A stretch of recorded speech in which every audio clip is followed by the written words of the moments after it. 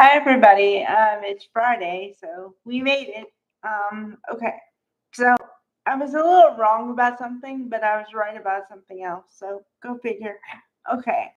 The thing I was wrong about is Lily caught uh, Kane and Phyllis in a compromising position. However, it meant that they were a little too chummy, and then she was suspicious. But they are going to start a relationship, I think, but it's not going to happen till next week because, and this is the funky part. Okay, so Lily has told Kane over and over again, I don't want to be with you anymore. I don't love you anymore. Everything negative, like everything that most people would say, okay, I give up, right? No, no, he didn't get the message until she said, literally, we don't have anything to talk about. I don't know what else to say. I've told you no 1,000 times. And then he says, well, okay, if you tell me something, then I'll know that I should give up hope. And I just won't have the hope that I can, um, get you to see my side of things. And so she says, no, I don't see a future, all the stuff, the same stuff she's been saying the whole time. And then he's like, okay. So then they leave whatever. They leave the conversation they're having. And Phyllis is still sitting at the bar because the reason I skipped this part is because it's so awkward that I was like, they're letting this happen. Wow. Okay. So he says yesterday or whatever, um, are you trying to seduce me? And she says, what if I am, or something like that. And I'm like, do people really talk like this? And then I said to myself, um, I, I didn't think people announced what they were doing every second of the time when they're doing something like that. And then I thought, okay, if you have to pronounce what you're doing something wrong.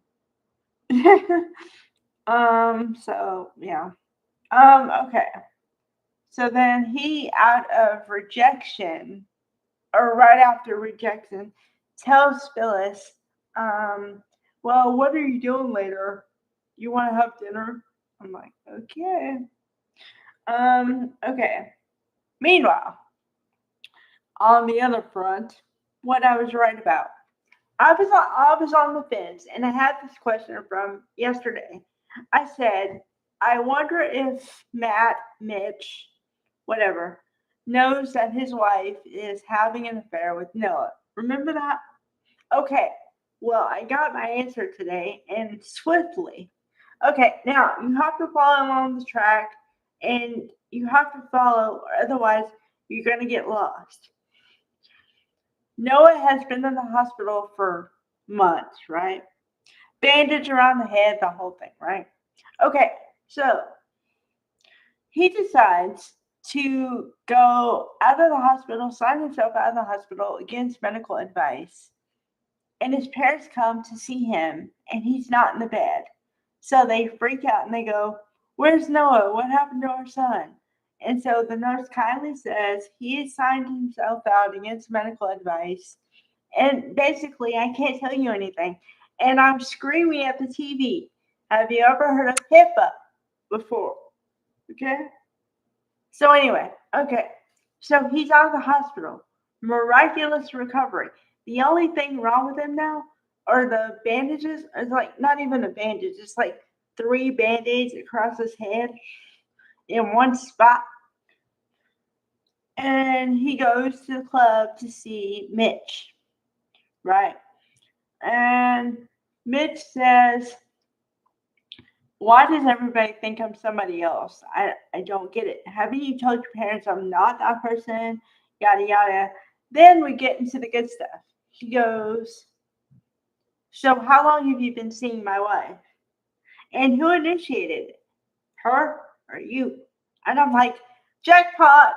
Okay, he knew about the affair. He knew because I said, okay, this would change things. If he didn't know, then he has no justification for wanting Noah unalive, right? But if he does know, then he's pissed at his wife, but then he's pissed at Noah too for sleeping with his wife and keeping it from him. And then he has all the justification in the world, if you want to go down the crazy train, to want somebody unalive. Mm, yep. Okay. In other news, we had a conversation with Nate. Nate was on one end of the phone, and he was supposedly talking to Devon. The reason I say supposedly is because we do not see Brighton James. I don't know why we don't see Brighton James, but that's another thing for another day. Okay. So then Nate is going to go back to the office, but yet he runs into Victoria and they flirt a little more and they talk and whatever. And I'm saying to myself, okay, they're going to get back together, obviously. Now,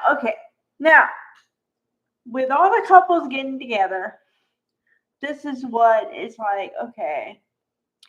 For Nate and Victoria, usually I would be happy because, as I've said before, we don't really see too many interracial couples.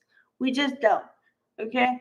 So usually I would be happy. However, there's a pass on this one.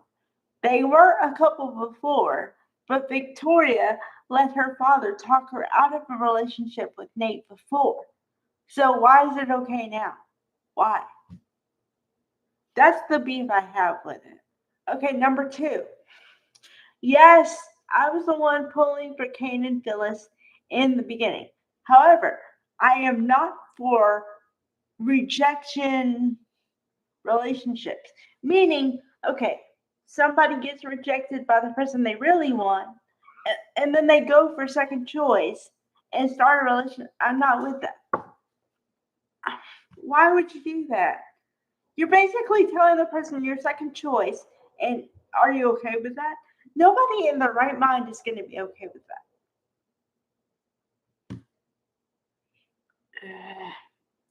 So yeah. Okay. Now, looking ahead. Apparently it's going to be very Noah centric next week about what's going to happen with him, and then Kane and Phyllis are going to be together or whatever. And then I didn't see anybody else. So I figured those are the 2 main stories. Although, they usually pepper in other stories. So we'll just have to wait and see. All right. Bye, everybody.